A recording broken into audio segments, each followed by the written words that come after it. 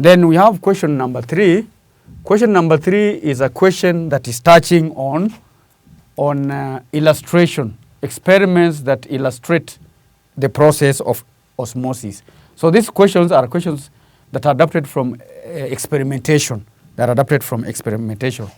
So this question was adopted from 2005, paper 1, and this one on demonstration was 2006. So on demonstration, it was a simple diagram where we have a glass rod, and then there is a beaker,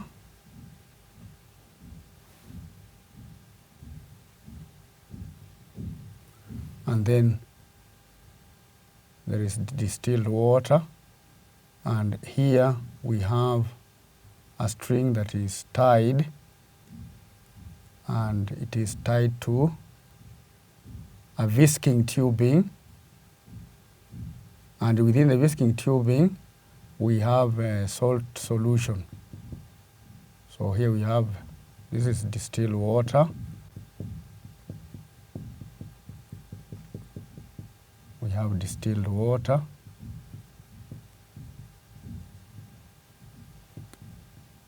this is the beaker containing the solution.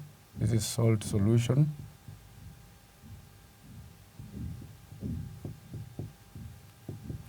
And then this is the whisking tubing.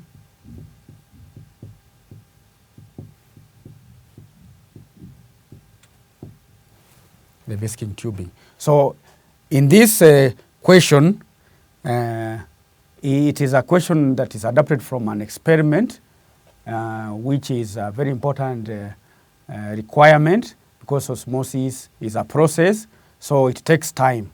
So from here, what must be noted that osmosis is, there must be a semi-permeable membrane involved in the process of osmosis. So like for this question, the whisking tubing is a semi-permeable membrane. So we expect that there must be some movement of molecules that will pass through and those that will not pass through. So let us look at the question. It reads, an experiment was set up as shown below, and that is the diagram. And the setup was left for 30 minutes. So the experiment took 30 minutes. So the first question is, state the expected results. So here the learner is supposed to state at the end of 30 minutes what happened. So what was the result? What was the result? Here is just stating what happened. So here we have got the salt solution, which is highly concentrated, and then we have the distilled water, which is of low concentration. So we expect that there's a concentration gradient. That means water molecules will move and pass through the whisking tubing, which is semi-permeable, into the whisking tubing. So we expect this whisking tubing to become bigger, or it will be swollen. So here the learner was just expected to say that the whisking tubing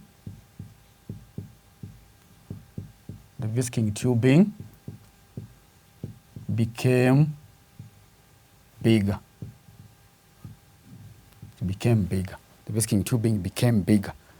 Or we can talk, other words can be maybe increased or increased in size. Increased. Yeah. Or swollen in size. Then question B, the learner was expected to explain the observation above. The observation above. Now, the explanation here will include the learner explaining what caused the water molecules to enter the whisking and what made it to become big. So here the learner is expected to state which one was the highly concentrated solution and which one was the lowly concentrated solution. So here is where we also use biology terms.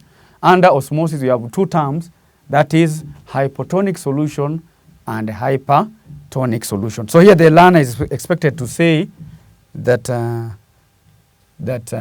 here we have the salt solution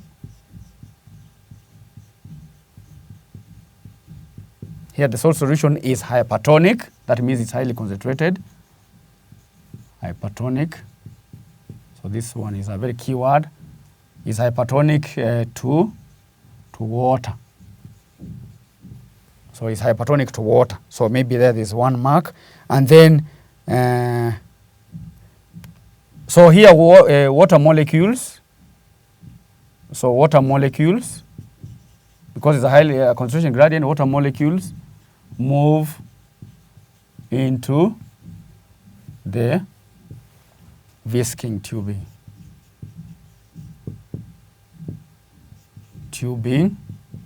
And why does it move to the whisking tubing? Because it's semi-permeable. Is semi-permeable. So the whisking tubing is semi-permeable.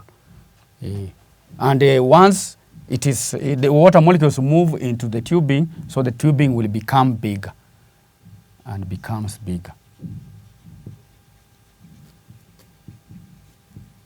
Becomes bigger.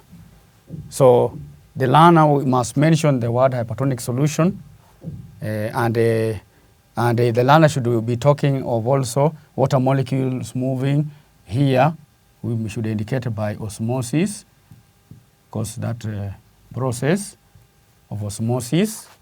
And then the word semi-permeable membrane is very key, and then becoming bigger.